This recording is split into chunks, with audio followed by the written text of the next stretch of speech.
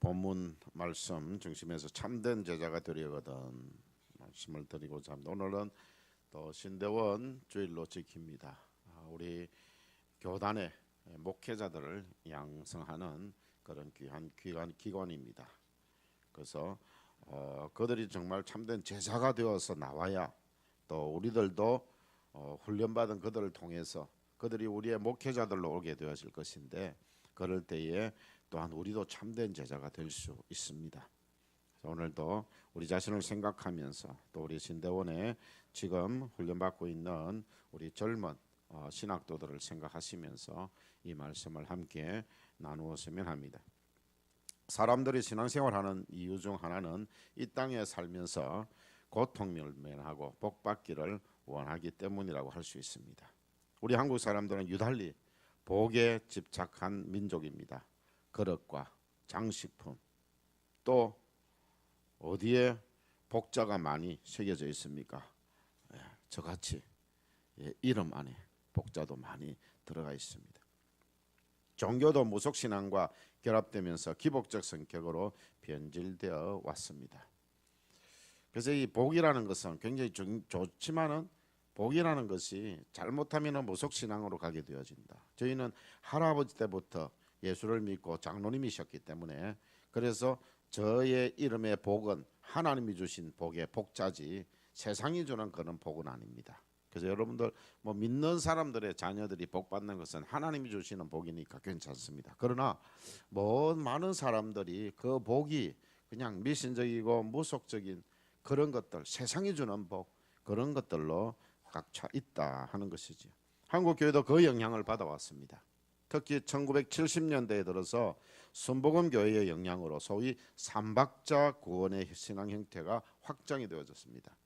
예수 믿으면 영혼이 잘되고 범사가 강건하고 복을 받는다. 이 메시지와 신앙이 크게 영향을 미쳤습니다. 그래서 이 신앙 형태는 그 당시에 1970년대 그러면 60년 70년대 그러면 우리 바가데에서 노래들이 아침에 보면은 막 울려 퍼졌던 노래가 있습니다. 어떤 노래입니까? 잘 살아보세라는, 새벽종이 울렸네, 또 새아침이 밝았네 하면서 잘 살아보세 하던 그런 노래입니다. 자, 새마을 운동 흐름과 함께 하면서 실제로 교회가 굉장히 성장을 했습니다. 잘되고 복받기 위해 예수 믿는 사람들이 늘어납니다. 그런데 2000년대에 들어서면서 이 현상은 조금씩 변해서 신자 수도 줄기를 시작합니다. 이미 어느 정도 풍요해진 사회가 낳은 결과라고 할 수 있습니다. 자, 복 했는데, 그런데 이제 어지간하게 잘 살게 되어졌습니다. 그죠? 그렇지 않습니까?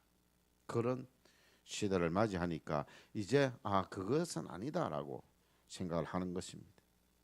내가 교회 열심히 안 다녀도 복이 주어져 있는데 나에게 지금 그거 돼 있으니까 그런 것입니다.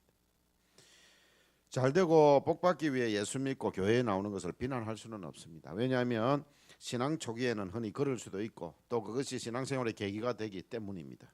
그런데 초신자들이, 교회에 나온 초신자들이 복받기를 원하고 건강하기를 원하고 그러면 건강하기 위해서 교회 나오나 복받기 위해서 교회 나오나 너무 그러지 마세요. 여러분들도 옛날에 다 그래 했습니다. 초기에는 그럴 수 있습니다. 하나님께서요, 기도하는데 우리 오래된 성도들은 기도를 막 철학기도를 해도 잘 안 들어주시는데 초신자들은요 조금만 해도 들어주세요. 왜 그런지 아십니까? 여러분도 그러잖아요. 어린아이가, 갓 태어난 아이가 울면 다 해주잖아요. 근데 10살이고 11살이고 된 아가 운다고 해줍니까? 그건 아니에요. 좀 더 강하게, 좀 더 자기 힘으로 살아갈 수 있도록 그렇게 자꾸 만들어 주시는 거예요. 하나님 그런 하나님이세요. 우리를 강하게 훈련시켜서 이 세상 가운데에서 승리하면서 살아갈 수 있도록 그렇게 해주시는 겁니다. 그러니까 어린아이 신앙 때 하고, 그리고 우리가 신앙이 커져가지고 그렇게 부르짖는 하고 그거는 차원이 다릅니다. 그것 가지고요 비교하면 안 돼요. 이제 태어난 아하고 그리고 10살 11살 된 아이가 아이고 이제 태어난 내 동생인데 저렇게 한다, 그래 하면 돼요. 부모는요 이제 태어난 아이는 100% 부모의 손길이 필요한 아이죠. 근데 이제 10살이 되고 11살이 되고 그렇게 되어졌을 때는 이제 스스로가 무엇을 해나가는 거죠. 그렇게 어쨌든 이렇게 잘되고 복 벌어들고 신앙생활하는 자들을 참된 제자라고는 할 수 없습니다. 그래서 참된 제자로 키워져 가는 거죠. 오늘 우리가 읽은 본문 24절에서 예수님은 나를 따르려거든 누구든지 자기를 부인하고 자기 십자가를 지고 나를 따라야 한다고 말씀하셨습니다. 이 말씀으로 고려신학대학원 주일에 또 제자의 길과 삶 그리고 참된 제자 양성의 중요성 그리고 우리가 참된 제자가 되어야 되겠다 함께 생각해 보고자 합니다.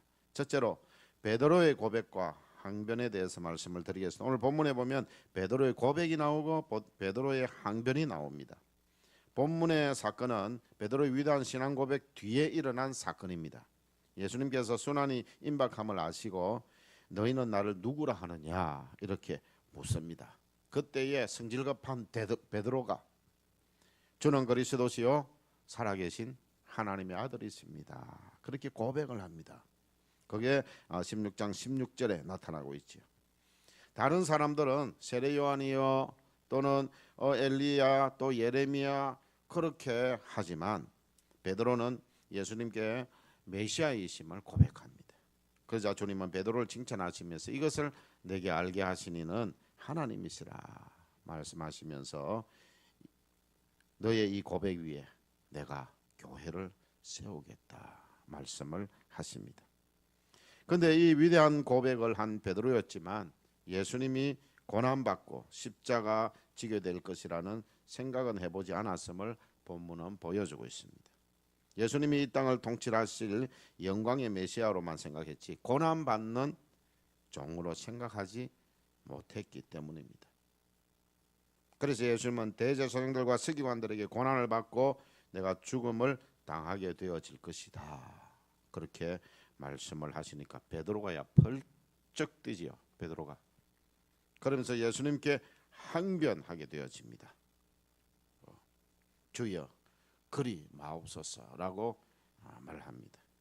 성경은 베드로가 항변하였다라고 말하는데 개역 한글 성경에는 베드로가 간하였다 이렇게 표현하죠. 아주 간하였다. 이건 좀 유순한 표현이잖아요. 그 다음에 이 개역 개정에는 항변하였다 그렇게 표현을 하고 있습니다. 이 말은요 충고한다는 뜻을 가지고 있습니다. 베드로가 충고했다는 말입니다. 헬라어 원문에 쓰인 단어가 에피티만이라고 하는 것인데 이 뜻은요 또 어디까지 나가느냐 하면 꾸짖다, 꾸짖을 때 그렇게 사용합니다. 예수님을 꾸짖었다. 베드로가 주님 말도 안 되는 소리 하지 마세요라고 화를 냈다는 뜻입니다. 주님이 고난받으시고 십자가에 달리시면 어찌하란 말입니까? 주님은 메시아 왕국을 이 땅에 이루시고 영광으로 통치해야 하는데 고난받고 죽으면 우리는 어찌란 말입니까? 이 일은 결코 죽게 일어나서는 안 됩니다. 이런 뜻으로 말을 한 것입니다. 그러자 예수는 베드로에게 뭐라고 합니까? 사탄아 니들은 물러가라. 너는 나를 넘어지게 하는 자로다. 네가 하나님의 일은 생각하지 아니하고 도리어 사람의 일을 생각하는도다. 그렇게 말씀하셨습니다. 그러고 나서 제자들을 향해서 자 이제 정신 똑바로 차려라. 아무든지 나를 따라오려거든 자기를 부인하고 자기 십자가를 지고 나를 따를 것이니라 그랬습니다. 지금 여기에서 항변하는 이유는 무엇이냐 하면은 예수님께서 이 나라를 해방시키시고 그리고 이 나라의 왕이 되었을 때 한자리 하고 싶은 거예요. 그런 마음을 아시는 예수님께서 이제 너가 정신 차려라. 그것이 아니다. 나도 십자가 지어야 되겠지만 너희도 이제 나를 따라오려거든 자기를 부인하고 자기 십자가를 지고 나를 따라야 할 것이다 말씀을 하신 것입니다. 예수님께서 이 땅을 통치하게 될 때 행여나 자기도 한자리를 차지하게 될 것을 바라보면서 주님을 따르던 제자들에 대한 준엄한 경고라고 할 수 있습니다. 오늘 우리에게 주시는 경고라고도 할 수 있습니다. 그저 편안하게 신앙생활을 하기를 원하는 자들, 그리고 자기가 살아있는 자들, 그저 자기가 살아있어서 이런 일에도 성질내고 저런 일에도 성질내고 하는 그런 자들, 그것 때문에 예수 믿고자 하는 사람들의 그 마음을 막아버리는 사람들, 그런 사람들을 향해서 자기를 부인해라. 자기를 부인해라. 이 말씀은 바로 사도 바울이 고백했듯이 이제는 내 안에 내가 사는 것이 아니라 그리스도께서 사시는 것이라. 그 고백입니다. 고백. 자기를 부인해라는 말. 그리고 또한 자기 십자가를 지고 나를 따라야 된다. 예수님과 함께 십자가를 지신 여러분들이 되셔야 된다는 거예요. 그래서 누가요 좀 성질 떡 건드려도 성질내면 같이 성질내면 안 돼요. 복음 전하는데요 그런 사람들이 좀 어려움 준다고 해가지고 거기서 성질내고 이러면 안 된다 말이에요. 여러분들 조금이라도 꿈틀거리면 그 사람 죽은 게 아니에요. 아직도 살아있는 겁니다. 죽은 사람은 어때요? 발길질해도 침을 뱉어도 가만히 있습니다. 죽었으니까. 바로 우리가 그래야 돼. 십자가와 함께 죽은 사람들은 그렇게 살아야 된다는 말이에요. 조금만 하면은 성질내고 조금만 하면 기분 나빠하고 그 아직 살아있어서 그런 거예요. 바로 예수님께서 참된 제자가 되려고 하면 자기를 부인하고 자기 십자가를 지고 주님을 따라야 된다 말씀하시는 겁니다. 주님의 제자들만 그런 것이 아닙니다. 당시 많은 무리들도 유사한 동기로 예수님께 몰려들었지요. 많은 무리들이 오병이어 기적을 보고 예수가 물질적인 필요를 채워줄 뿐으로 생각해서 막 따라다니고 사람들에게 소문내가지고 막 따라다닙니다. 문둥병자, 소경, 장애자들을 고쳐주시고 귀신들을 쫓아내신 예수님을 보고 능력의 메시아를 생각하고 그리고 많은 사람들을 데리고 와서 그렇게 했습니다. 더러는 이런 권세를 지닌 예수님이 로마 압제에서 자기들을 해방시킬 정치적 메시아로 그렇게 생각하기도 했습니다. 그렇게 오해할 만합니다. 예수님 그렇게 해주셨으니까. 오늘날 교회도 능력이 나타나고 교회 하면 복받고 하는 일들이 생겨나니까 그래 그 사람들이 그걸 보고 나올 수는 있습니다. 그 다음 문제입니다. 그 다음부터는 참된 제자로서의 삶을 살아가야 한다는 거예요. 이제는 여기 계시는 여러분 대부분 이제는 주님의 참된 제자로서 살아가야 하는 단계에 와 있습니다. 언제까지 어린아이처럼 징징거리고 어린아이처럼 젖먹이 신앙의 상태에 있겠습니까? 이제 도의 초보를 버리고 이제는 우리의 신앙이 성장해야 하는 겁니다. 그래서 이제 둘째로 생각할 것은 영광의 신학과 십자가 신학에 대해서 제가 말씀을 드리고자 합니다. 처음에는 영광의 신학 분명히 있습니다. 근데 그 영광의 신학만 쫓아다니면 십자가 신학이 나에게 다가올 때에 그때는 주저앉아 버립니다. 예수님이 메시아로 통치할 때 자기들이 뭔가 혜택을 받고 한 자리를 차지할 것을 기대하면서 따르던 이들을 향해 예수님은 누구든지 나를 따르거든 자기를 부인하고 자기 십자가를 지고 나를 쫓아야 한다고 요구하십니다. 찬물을 끼얹으신 것이지요. 예수님은 자기를 따르는 제자들에게 단순히 신앙을 고백하는 것만이 아니라 실제로 십자가를 지는 사람이 되어야 할 것을 가르치신 겁니다. 십자가는 무엇을 의미합니까? 자기 자아를 버리고 죽이는 것입니다. 자기 욕심을 던져버리고 자아를 부인하는 것입니다. 여러분들 얼마나 우리들이 살아 있습니까? 시시때때로 살아서 꿈틀거리지 않고 있습니까? 살아 있어야지요. 그것은 우리 육신의 생명입니다. 우리의 영적인 것은 다 죽어야 살아나는 겁니다. 우리의 영은 죽어야 살아나게 돼 있어요. 기독교는 자기 관철이 아니라 자기 포기의 종교라고 할 수 있습니다. 예수님을 보십시오. 예수님은 성육신 하실 때에도 말구유에서 태어나셨습니다. 돌로 떡을 만들라는 광야의 시험에서도 기적을 베풀어 자기를 능력자로 높여 드러내기보다는 오히려 그것을 거부하고 하나님의 뜻을 따르는 십자가의 길을 택했습니다. 예루살렘 성에 입성할 때에도 거창하게 오지 아니하시고 나귀를 타시고 겸손하게 들어가시고 마침내 수치의 십자가를 지셨습니다. 예수님 제자의 길도 마찬가지입니다. 제자라는 것은 스승을 따르는 거잖아요. 바로 예수님 제자의 길도 마찬가지입니다. 참된 제자의 길은 자기가 아니라 주님을 앞장 세우고 자기 야망이 아니라 주님과 그 나라를 먼저 생각하는 것입니다. 사도 바울은 주님을 만난 뒤에 그리스도를 위하여 자기 지식과 신분과 모든 것을 다 해로 여기고 배설물로 여기고 오직 그리스도의 십자가를 따르고 그것만을 자랑한다고 자기가 죽고 그리스도가 존귀하게 여겨지기를 원한다고 하지 않았습니까? 바로 우리가 그런 주님의 제자가 되어져야 한다는 것입니다. 우리는 분명히 알아야 합니다. 예수를 따르는 길, 제자로 사는 길은 번영의 길, 영광의 길을 쫓는 것이 아니라는 것입니다. 우리를 높여주실 것입니다. 영광으로 높여주실 거예요. 그러나 우리는 십자가의 길을 가야 합니다. 우리 십자가의 길을 가면 그 주님이 십자가의 길을 갔었을 때 하나님께서 하늘 보좌 우편에 앉으셨잖아요.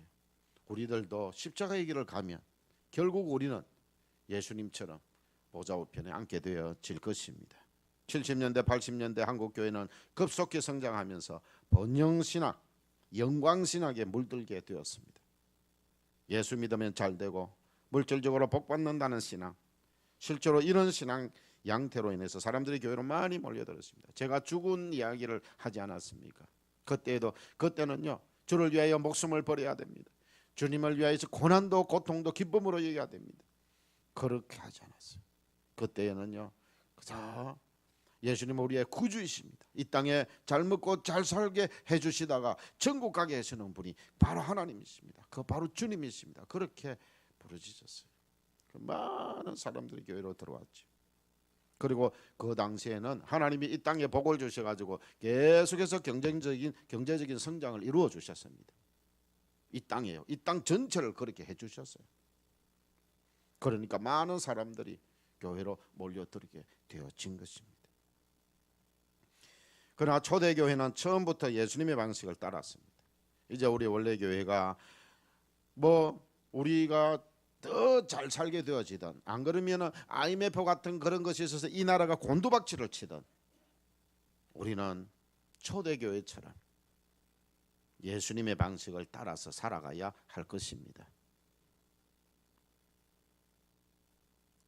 또 지금 경제적으로 많이 이게 어떻게 될 것인가 그렇게 되고 있잖아요. 이런 상황에서 어떤 방식으로 가든지 간에 우리의 신앙은 예수의 방식으로 계속해서 가야 된다. 그게 참된 제자라는 말입니다. 참된 제자예요.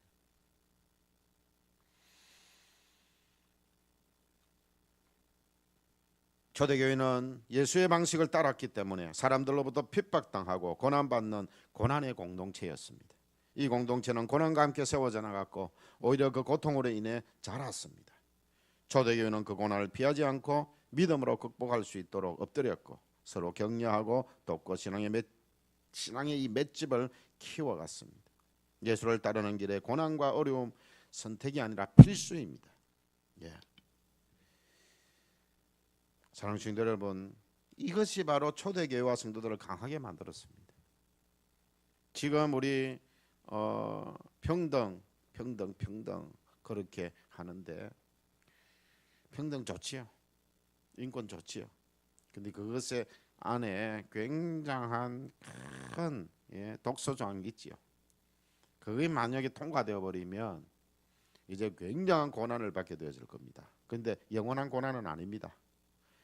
그런 고난을 통해서 하나님이 교회를 더 성장시켜 갈 것입니다. 그때 교회를 떠나는 사람이 있을 것이고 거기에서 거루터기가 되어지고 남은 자들이 되어져서 한국 교회에 큰 영향력을 끼치는 사람들이 있게 되어질 겁니다. 그리고 나서 하나님께서는 때가 되면은 다시 한 번 더 부흥을 일으켜 주실 것입니다. 여러분들 그때에 어떻게 하시겠습니까?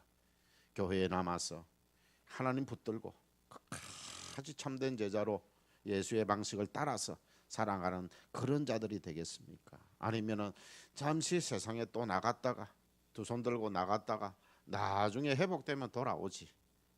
그런 사람이 되겠습니까? 오늘날 한국교회의 모습은 점점 불안한 조짐을 드러내고 있습니다. 배고픔을 면한 성도들은 십자가를 지는 것을 싫어하고 생각조차 하지 않으려고 합니다.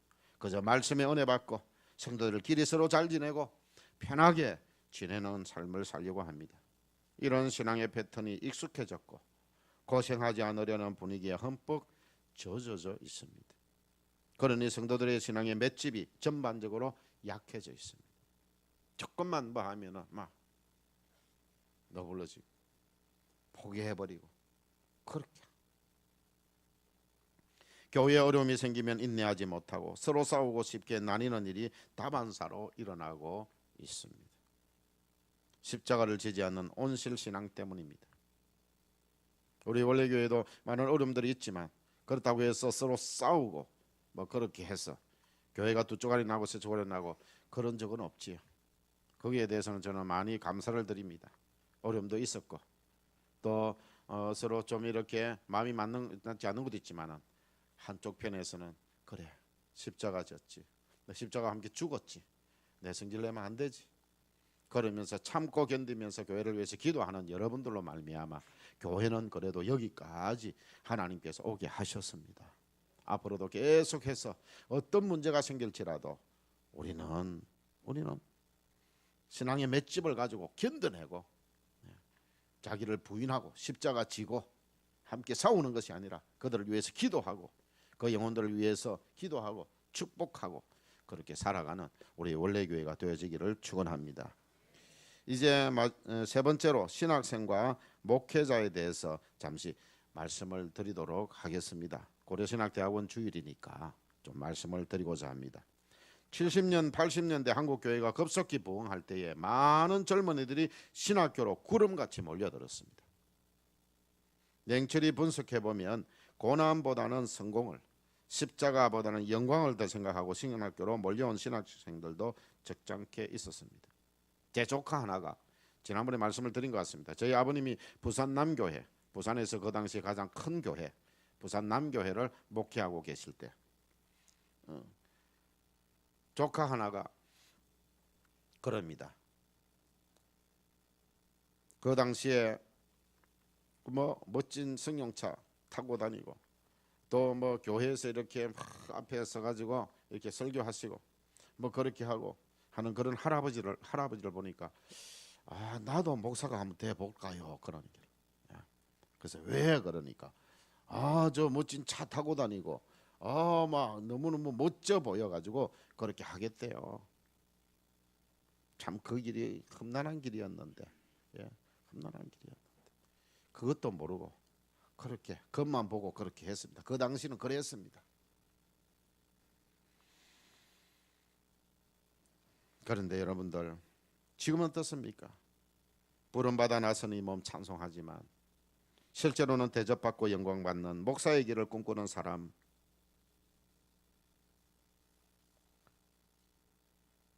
그 당시에는 우후죽순 그런 신학교들이 세워졌습니다. 고난 생각하지 아니하고 영광을 꿈꿔온 많은 목사들, 7년 동안 체계적인 신학 공부와 경건 훈련도 없이 목사가 된 이들로 인해 이러한 폐해가 30여 년이 지난 현재 곳곳에서 나타나고 있습니다.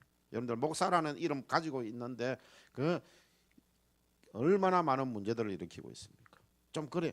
그런데 우리 기독교 TV 같은 데도 보면은 그냥 그 사람들에 대해서 목사라는 명칭을 계속 붙이고 있어요. 어떤 사람들은 옆에서 그냥 그 사람 이름만 부르든지 뒤에 시자를 붙이든지 이러는데 어떤 분들은 거기에 목사라는 것을 붙입니다. 뭐 붙인다고 너무 뭐라 할 수도 없고 안 붙인다고 또 뭐라 할 수도 없고 칭찬할 수도 없고 막 그렇습니다. 어쨌든 어디에선가 그렇게 하고 자기 머리에 손 얹고 목사된 사람도 목사입니다. 어떤 사람은요 미국에 가는 비행기 타고 갔다가 돌아오는 길에 여행 갔다가 돌아오는 길에 자기 머리에 안수하고 목사가 돼서 온 사람도 있습니다. 나중에 알고 보니까 미국에 뭐 그런 대학에 연락해 보니까 그런 사람 온 적도 없고 간 적도 없다 그렇게 하는 거예요. 그렇게. 오늘 우리의 교회는 정말로 십자가를 지고 예수를 따르고 복음과 교회를 위해 자기를 죽이는 예수의 참된 제자가 절실히 필요하고 또 그런 실력 있는 진실한 제자들을 키워내야 합니다. 이를 위해 바른 신학과 여건을 갖춘 신학대학원이 참으로 필요합니다. 지금 우리가 이렇게 7년 과정, 정규적으로 7년 과정을 거쳐서 목회자를 배출하는 그런 신학교가 많지 않습니다. 물론 우리 고려신학교와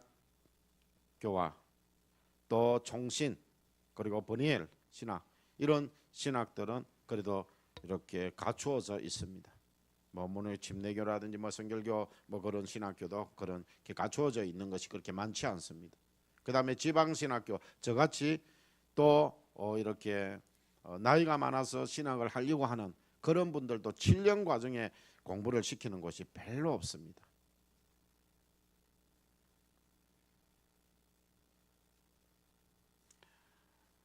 감사하게도 우리 고신교단은 주님을 위해 십자가를 지고 주님을 따랐던 목사와 성도들이 주축이 되어 시작된 교단입니다. 초창기 교회 지도자들과 성도들은 일제 치하 시절에도 일왕을 천왕과 신으로 부르고 섬기라는 이 명령, 이 일계명, 이 일계명을 어기는 우상 숭배지 않습니까? 그래서 이것은 우상 숭배라고 외치면서 조직적으로 반대 운동을 전개한 분들이 우리 교단의 목회자들이었습니다. 목숨 걸고 하나님만 섬기다가 억고를 겪었습니다. 옥에서 순교당한 분들도 있었습니다. 1945년 해방되어서 추록하게 되었습니다. 그 이듬해에 옥중에서 가졌던 소원, 주님을 위해 목숨 걸고 주의 종들을 키워내는 신학교를 세우고자 했던 그 계획을 실행하게 되었습니다. 그렇게 해서 만든 것이 고려신학교요, 현 고려신학대학원입니다. 고려신학교 설립자요 교단의 영적 지도자였던 한상동 목사님과 주남선 목사님이 늘 절교했던 말씀이 일사가고 지사충성이었습니다. 일사가고 그리고 지사충성, 주를 위하여 살다가 죽겠다. 죽을지언정 주님께만 충성하고 살겠다. 바로 이런 신앙입니다. 뭐라고요? 일사가고 주를 위하여 살다가 주를 위하여 죽을 것이다. 그리고 지사충성, 죽을지언정 주님께만 충성하며 살겠다. 이런 신앙. 그 신앙으로 살았습니다. 현재 풍요한 시대를 살며 번영의 신학과 신앙에 젖어 살아가고 있는 우리들에게 십자가를 지고 주님을 따르는 삶, 일사가고 지사충성의 삶은 어려운 일일 수밖에 없습니다. 그러나 실제로 이 삶은 고통이 아니라 축복의 삶이요, 은혜의 삶이요, 형언할 수 없는 기쁨과 영광의 삶이라는 것을 믿으시길 바랍니다. 여러분들, 그래서 십자가를 지고 주님을 따르십시다. 일사가고의 신앙으로 사십시다. 지사충성의 신앙으로 살아갈 수 있기를 바랍니다. 기독교는 역설의 종교입니다. 25절에서 분명히 말씀하고 있지요. 누구든지 제 목숨을 구원하고자 하면 잃을 것이요, 누구든지 나를 위하여 제 목숨을 잃으면 찾으리라. 누구든지 예수님을 위하여 자기의 목숨을 잃으면 찾을 것이다. 예수님을 위해서 십자가에서 죽으라는 말이에요. 그러면은 그 영혼은 산다는 말입니다. 그 영혼은 진짜 그 영혼이 살아서 역사하는 삶을 살아가게 되어진다는 것입니다. 잃는 자는 오히려 얻는다는 이 놀라운 역설이 진리의 말씀인 것을 명심하시기를 바랍니다. 그래서 여러분들, 번영의 신앙, 가장 영광의 신앙에 젖어서 그렇게만 살아가는 신앙생활이라고 생각했던, 그저 구주 예수 그리스도만 믿고 살려고 했던 우리의 신앙이 다시 한번 변화되어져서 십자가의 신학으로 죽은을 위해서 목숨 버리고 죽은을 위하여서 고난당하고 고통당하고 또 영광스럽게 생각하는 그런 귀한 삶을 살아갈 때에 결국 그것이 축복의 삶이고 그것이 은혜의 삶이고 그것이 형언할 수 없는 기쁨과 영광의 삶이라는 사실을 기억하시고 그렇게 살아가는 저와 여러분이 될 수 있기를 바랍니다. 결론을 맺겠습니다. 사랑하는 성도 여러분, 오늘의 한국교회, 우리 고신교회의 주의 복음과 이 복음 전거를 위해 주의 십자가를 지고 따르는 진실한 주의 종, 선지자적이고 제사장적인 유능한 목사가 절실히 필요한 때입니다. 정말 주의 종이 필요합니다. 여러분들이 목사님 주의 종이 이렇게는 하지 마세요. 내가 해야지, 그죠? 하나님 주의 종을 긍휼히 여겨주시고 그렇게 하죠. 그래서 뭐 여러분 해도 괜찮아요. 뭐 괜찮은데 제가 더 열심히 할 수 있도록 그렇게 해주시면 되겠어요. 주의 종, 우리 신학교에서 주의 종, 자기가 주의 종이라는 사실을 그렇게 인식하고 똘똘 뭉쳐져 가지고 나오는 그런 목회자, 그리고 선지자죠. 오늘 앞으로 여러분들 동성애에 대해서 여러 가지 이런 설교 못할 때가 있습니다. 뭐 다른 종교에 대해서 이야기 못할 때가 옵니다. 그럴 때조차도 하나님의 말씀이기 때문에 그 말씀을 피해가지 아니하고 안 하고 선포할 수 있는 그런 선지자적인 그런 목회자, 그런 목회자들 훈련받아서 배출이 되어져야 돼. 또한 제사장적 성도들을 위해서, 이 나라를 위해서, 이 세계를 위해서 정말 열심히 기도하는 기도의 사람, 말씀의 사람, 기도의 사람, 그런 사람. 교회는 마음이 순전하고 전인격적으로 갖추어진 청년들을 신학교로 많이 보내었어. 신학교가 한국 사회와 교회의 빛을 발할 주의 종들을 잘 길러 배출하는 요람이 되어질 수 있도록 우리가 더 열심히 관심을 갖고 기도해야 할 것입니다. 우리 교단은 신학교육의 중요성을 염두에 두고 16년 전에 천안에 고려신학대학원 캠퍼스를 마련하고 많은 투자를 하게 되어졌습니다. 교회의 가장 중요한 사명이 예수님을 잘 따르는 제자 양심을 인식하고 많은 교회들과 성도들이 오늘의 고려신학대학원을 만드는데 물심양면으로 지원해 왔습니다. 그 결과로 현재 전교생이 모두 캠퍼스 안에 기숙사에서 지내면서 새벽 기도로 시작하고 공부하고 예배하고 공동체 훈련을 함께하고 지적 영적 수련을 받고 있습니다. 한국에서 가장 좋은 영적 분위기에서 신학생들이 더 신실한 제자로, 그리고 또 제자를 만드는 사역자로 그렇게 훈련을 시키고 있습니다. 16년이 지난 이점에 거기에 많은 사람들이 거기에서 수련회도 하고 그리고 총회도 하고 그러다 보니까 오늘 우리 원래교회가 아니 이 한 해에 46회에서 49회까지 이 4개 기수가 거기 가서 기숙사를 가서 보니 삐거덕거리고 이게 언제 이게 무너질지 모르는 그런 침대에서 잠을 자고, 그것이 또 1층이면 괜찮은데 2층 침대가 되어져 있어서 더더욱 힘들고 어렵고 그런 상황 속에서 있는 것을 보았습니다. 영적 분위기는 정말 좋은데 지금 밤에 거기서 잠을 자고 고3생들보다 더 힘든 지금 신학대학원 시절을 보내고 있는 그들이 잠을 편하게 자고 또 낮에는 계속해서 공부하고 이래야 되는데 그러지를 못하고 힘들어 있는 모습들을 보면서 이번에 우리가 좀 이 신학생들을 위해서 힘쓰자, 그렇게 해서 이번 이 일을 하게 되어진 것입니다. 어쨌든 우리 고려신학대학원을 위해서 여러분들 열심히 기도해 주시기를 바랍니다. 그들은요 우리 고신교단의 목회자들이 되어질 것이고 그들 가운데에는요 우리 원래교회에 와서 이제 여러분들의 후손들을 가르칠 그런 목회자가 거기서 지금도 공부를 하고 있습니다. 사랑하는 성도 여러분, 우리에게 말씀을 가르칠 그런 목회자가 참된 제자가 될 수 있도록 또 우리가 기도해야 되겠지만 우리 성도들도 이런 교단의 후예와 성도들답게 기꺼이 십자가를 지고 주님을 따르며 살아가는 참된 제자들이 되어야 할 것입니다. 오늘 이 말씀 기억하시면서 내가 장황하게 말씀했지만은 오늘 이 구절의 말씀, 누구든지 제 목숨을 구원하자고 하면 잃을 것이요 누구든지 나를 위하여 제 목숨을 잃으면 찾으리라는 이 말씀, 그리고 나를 따르려거든 누구든지 자기를 부인하고 자기 십자가를 지고 나를 따라야 한다는 이 말씀 꼭 기억을 하시면서 남은 생에 주님의 참된 제자들로서 살아가는, 주님 앞에 섰을 때 참 잘했다, 참 고맙다, 그렇게 살아줘서 고맙다, 그렇게 주님께 칭찬받는 저와 여러분이 될 수 있기를 간절히 축원합니다. 기도하시겠습니다. 오늘 말씀 듣고 예수의 참된 제자가 되겠다고 다짐하는 성도들에게 성령의 능력을 베푸셔서 제자로서의 삶을 잘 살아들을 수 있게 하여 주시옵소서.